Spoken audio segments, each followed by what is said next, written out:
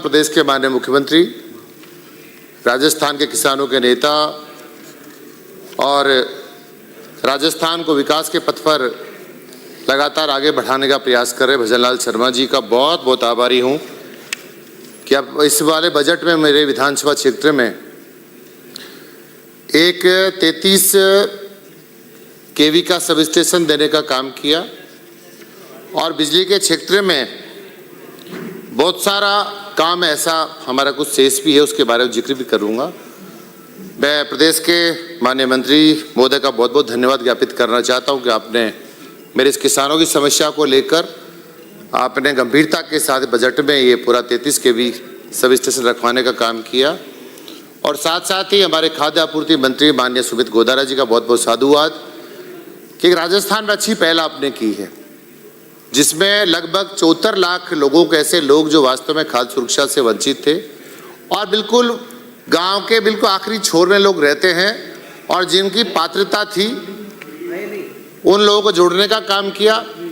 और मेरी सोम के विधानसभा क्षेत्र विराटनगर में लगभग 37,000 लोगों को आपने जोड़ने का काम किया। मैं दिल की गहराइयों से आप दोनों मंत्रियों का बहुत बहुत साधुवाद देता हूँ। देखिए, दोनों विषय बड़े गंभीर हैं, बिजली का विषय और खाद्य आपूर्ति मंत्रालय का विषय। और मैं जूली साहब, एक तो आपको मैं कहना चाहता हूं कि एक आपके अच्छे विधायक बसेड़ी से भी बोल रहे थे, उनको मैं भी धन्यवाद देना चाहता हूं कि ऐसे नौजवान लोग जो जीत कर आए हैं, जीतकर मैं पहली बार ही आया हूं, लेकिन उन्होंने बिल्कुल साफ दिल से दोनों मंत्रियों का धन्यवाद ज्ञापित किया है। वरना मैं तो जब आपके दल के द्वारा कोई भाषण होता है या कोई किसी डिमांड पर बोलने का अवसर आता है तो मैं तो विरोध देखता रहता हूं, लेकिन मैं धन्यवाद देना चाहता हूं संजय जी का, जिन्होंने सरकार की और दोनों मंत्रियों की तारीफ करने का काम किया है। मैं अपनी ओर से भी आपका स्वागत करना चाहता हूं। धन्यवाद दिया मुख्यमंत्री जी को, बहुत बहुत धन्यवाद। स्वागत किया। और मैं आता हूं बिजली के विशेष विषय पर। किसान का बेटा हूं, खेत में रहता हूं और मैं हमेशा कहता रहा कि जब तक किसान का भला नहीं होगा तब तक देश का भला होना संभव नहीं है। पानी तो वैसे चला गया राजस्थान में, पीने का पानी बचा नहीं। ये तो भजनलाल शर्मा जी आए, विजन के साथ आए और राम जल सेतु योजना को लेकर आए। हमारी पहले भी सरकार थी, वसुंधरा जी मुख्यमंत्री थे, तभी लेकर आए थे। आप तो लगातार 5 साल तक बस केवल राज को लगातार इस बात में लगाए रखा कि कौन मुख्यमंत्री रहेगा, कौन नेता रहेगा, कौन नहीं रहेगा। लेकिन अब क्या कहेंगे इससे ज्यादा, जब जनता ने आपको सल्टाने का काम कर दिया तो मैं तो क्या कहूंगा इसमें। अब वो तो परिषद जनता ने कर ही दिया, लेकिन मैं आप लोगों से भी कहना चाहता हूं माननीय सभापति महोदय, लोकतंत्र का मतलब केवल विरोध करना नहीं होता। बिजली के विषय को लेकर मैं जो बात कह रहा था, 2 प्रकार की व्यवस्थाएं हैं, एक उत्पादन और एक वितरण। जब उत्पादन होगा ही नहीं राजस्थान में तो वितरण कहां से हो पाएगा।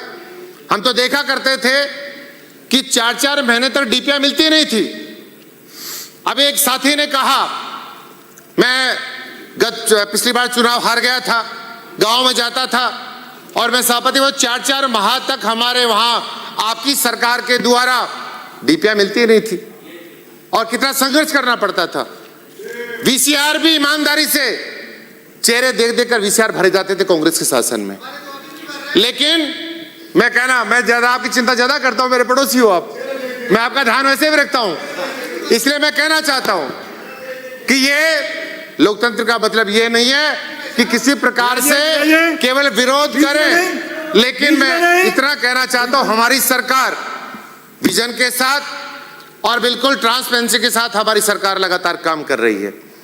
कितने सारे हमारे सब नेताओं के द्वारा कहा गया, लेकिन मैं राजस्थान की बात तो अभी सभी लोगों ने रखी है। एक अच्छी बात हमारी सरकार ने यह की है कि लगभग 2,05,000 लोगों को कृषि कनेक्शन हमारी सरकार ने जारी किए। भाई पानी तो कम है, लेकिन जो कृषि कनेक्शन जारी करेंगे तभी तो किसान अपनी धरती को पानी पिला पाएगा। इसलिए एक अच्छा काम किया है, सरकार धन्यवाद की पात्र है। और बिजली की बात कह रहे हैं कि 6 घंटे बिजली मिलती नहीं है, आपके गलत आंकड़े, असत्य आंकड़े इस विधानसभा में, इस राजस्थान के पवित्र मंदिर में जो जनता का मंदिर है उसमें ऐसे आंकड़े आपको प्रस्तुत नहीं करने चाहिए। 6 घंटे बिजली मिलती है, हाँ आधा घंटा लगभग मैं इतना मानता हूं कि सुबह सुबह पानी की सप्लाई होती है, घरों में पानी की आवश्यकता पड़ती है, हम लोग भी कहते हैं कि आधा घंटा पीने के पानी के लिए इससे बिजली को ठीक ठाक किया जाए, इसको शुरू किया जाएगा तो पानी मिल जाएगा। इसलिए 6 घंटे बिजली देने का काम भी हमारी सरकार ने एक अच्छा करने का प्रयत्न किया है। और साथ साथ जो हमारी सिंगल फेस जो घरों में लाइट जाती है उसमें हमारी सरकार ने बहुत अच्छा काम किया है। मैं बहुत बहुत धन्यवाद देना चाहता हूं कि लगभग आपके 5000 की आबादी के गांव हैं उसमें 24 आवर लाइट मिलती है, और जो हमारे छोटे गांव हैं उनमें भी हमारी सरकार लगातार बिजली, क्योंकि पहले बिजली उत्पादन काम होता ही नहीं था। अगर मैं आंकड़ों पे जाऊंगा तो मैं आंकड़े देख रहा था, आपके आंकड़े तो बहुत सारे हमारे विधायकों ने बताया भी है। भाई आपने जो बोटे बोटे हमारी सरकार ने आने के बाद 19,000 मेगावाट बिजली राजस्थान में पैदा करने का काम किया, जिसमें सौर ऊर्जा का उत्पादन रहा, और आपके पूरे 5 साल में 15,000 मेगावाट बिजली पैदा करी। भाई कहाँ से बिजली लेकर आओगे, किसान को कहाँ से बिजली मिलेगी। और बायोगैस का आपने जिक्र किया 79.09 मेगावाट, आपके पास जीरो था, कुछ काम आपने प्रारंभ भी नहीं किया था। ऐसे बिजली उत्पादन क्षमता में वृद्धि हमने कितनी की, 7,395 मेगावाट। देखिए मोदी, राजस्थान के इतिहास में एक बात मैं कह सकता हूं, भजनलाल शर्मा का नाम स्वर्ण अक्षरों में लिखा गया, इसलिए लिखा गया है कि जो काम करेगा वो पूजा जाएगा। और 100 साल बाद भी इस बात की चर्चा राजस्थान में की जाए कि ऐसा मुख्यमंत्री आया था जिसने विजन के साथ काम किया था। और इसके अलावा प्रसारण को लेकर 400 केवी के हमने अब तक 2 ग्रिड लगाए, आपने पूरे 5 साल में 1 लगाया था। अब आप बताओ बिजली तंत्र को शुरू कैसे करोगे। आरोप लगाने से कुछ नहीं होता, हम जानते हैं इस बात को कि जनता ने आपको भी कुछ मैंडेट दिया, विरोध करना भी चाहिए। अच्छा, मैं तो एक बड़ा आश्चर्य मुझे तब होता है कि देखिए विरोध करने का तरीका अच्छा होना चाहिए, शांत स्वभाव से विरोध करिए। अब मैं सभापति होते देखता हूं यहाँ पर ये विरोध भी करते तो लड़ने जैसी पोजीशन में होते हैं। अब जैसे कोई लाठी के हाथ में दे दे तो लाठी को चला देंगे ये लोग बाग। अरे विरोध करने का बिल्कुल आजादी, भारत के नागरिक हैं, अच्छे तरीके से विरोध भी करिए। और मैं कई बार ऐसे वरिष्ठ नेताओं को देखता हूं, कांग्रेस वालों को, जब मुख्यमंत्री आकर बैठते हैं व्यंग्यात्मक टिप्पणियां, अरे भाई इतने कितने बड़े विद्वान लोग आ गए आप लोग। ये जनता सब चीजों को देखती है। अगर कोई समझता है कि जनता देख नहीं रही, राजस्थान की जनता अखबार में गांव में बैठकर लोग 4-4 घंटे अखबार को यूं चश्मा लगा लगा देखते हैं नजदीक से, उनको सारा पता राजस्थान की विधानसभा में क्या हो रहा है। और मैं जिक्र कर रहा था 132 केवी के सब स्टेशन हमारी सरकार ने 2 साल में 45 लगाए, और आपने मात्र 20 सब स्टेशन लगाने का काम किया था। अरे भाई आंकड़ों की जब बात करते हो, आंकड़े सरकार के आंकड़े हैं, ना कुलदीप धनखड़ के आंकड़े हैं, ना टीकाराम जूली के आंकड़े हैं। यहाँ पर ये आंकड़े सरकार के आंकड़े हैं। और फिर अब इनकी पार जब पड़ती ही नहीं है, अब केवल हाय हुल्ला करने से तो सदन चल नहीं सकता ना। अब उसके बाद वॉकआउट कर जाना वो आपका अधिकार है। लेकिन मैं कहना चाहता हूं, राजस्थान में हमारी सरकार ने 200 केवी के 5 सब स्टेशन की स्थापना की है, आपकी सरकार ने पूरे 5 साल में 2 की थी। अब आपको यार आपके पास कोई ऐसा कोई आंकड़ा है, उठाकर लाकर टेबल कर दो एक बार कि हमारी सरकार के ये आंकड़े हैं, उसको हम भी मान लेंगे, आपको धन्यवाद दे देंगे।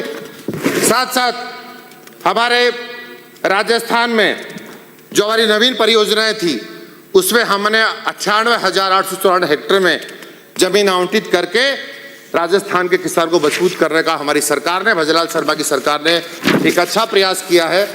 और विषय तो बहुत सारे, लेकिन मैं कहना चाहता हूं महोदय, कुछ मेरी डिमांड्स भी है। मेरे एक ऐसा इलाका पूरा कई भागों में बटा है, कहीं समतल एरिया है, कहीं पहाड़ी इलाका है, कहीं रेत के टीले हैं, कहीं बिल्कुल प्लेन एरिया आ गया। और वहाँ वास्तव में बिजली के को लेकर मैं बता दूं, मैं संजय भाई जी का बहुत बहुत पता नहीं मेरे मन में एक उनके प्रति क्यों भाव ऐसे जागृत हुए हैं, क्योंकि अच्छा बोले हो। मैं इसलिए कह रहा हूं कि मेंटेनेंस तो किसने रोका था, पहले भी इतने सालों से सरकारें बनती आ रही हैं और सरकार आती गई चली गई, लेकिन मेरे बड़ी बड़ी कैजुअलिटी मेरे यहाँ हुई है। मैं जानता हूं इस बात का, आदमी व्यक्ति को खोने का दर्द कितना होता है यह किसान से ज्यादा कोई समझ नहीं सकता। और वहां पर मेंटेनेंस का काम भी होना चाहिए। और यह बात भी सही है, किसान तो दिन रात 24 घंटा इस हिंदुस्तान की जनता के लिए इस धरती का सीना चीरकर अनाज पैदा करने का काम करता है। अगर उस अन्नदाता के खिलाफ कोई VCR भरी जाती है तो मैं भी उसका विरोध करता हूं। मैं निवेदन करना चाहता हूं सभापति महोदय कि जहाँ मेंटेनेंस का काम माननीय मंत्री महोदय आपसे भी करना चाहता हूं, वैसे आपके अधिकारी लगातार अच्छे काम कर रहे हैं। साथ साथ में ऐसा कुछ एरिया हमारे है जैसे भाबरू बड़ा क्षेत्र है, वहाँ पर काफी बड़ा बर्डन रहता है आसपास हमारे विराटनगर में। तो मैं चाहूंगा कि भाबरू में एक नया सब स्टेशन के साथ साथ हमारे वहाँ सहायक अभियंता कार्यालय स्थापित हो जाएगा। ऐसे एक मेरे मढ़ा गांव है, वहाँ पर भी अगर कोई जेईन कार्यालय खुल जाएगा, देखिए लोगों को बहुत दूर दूर जाना पड़ता है।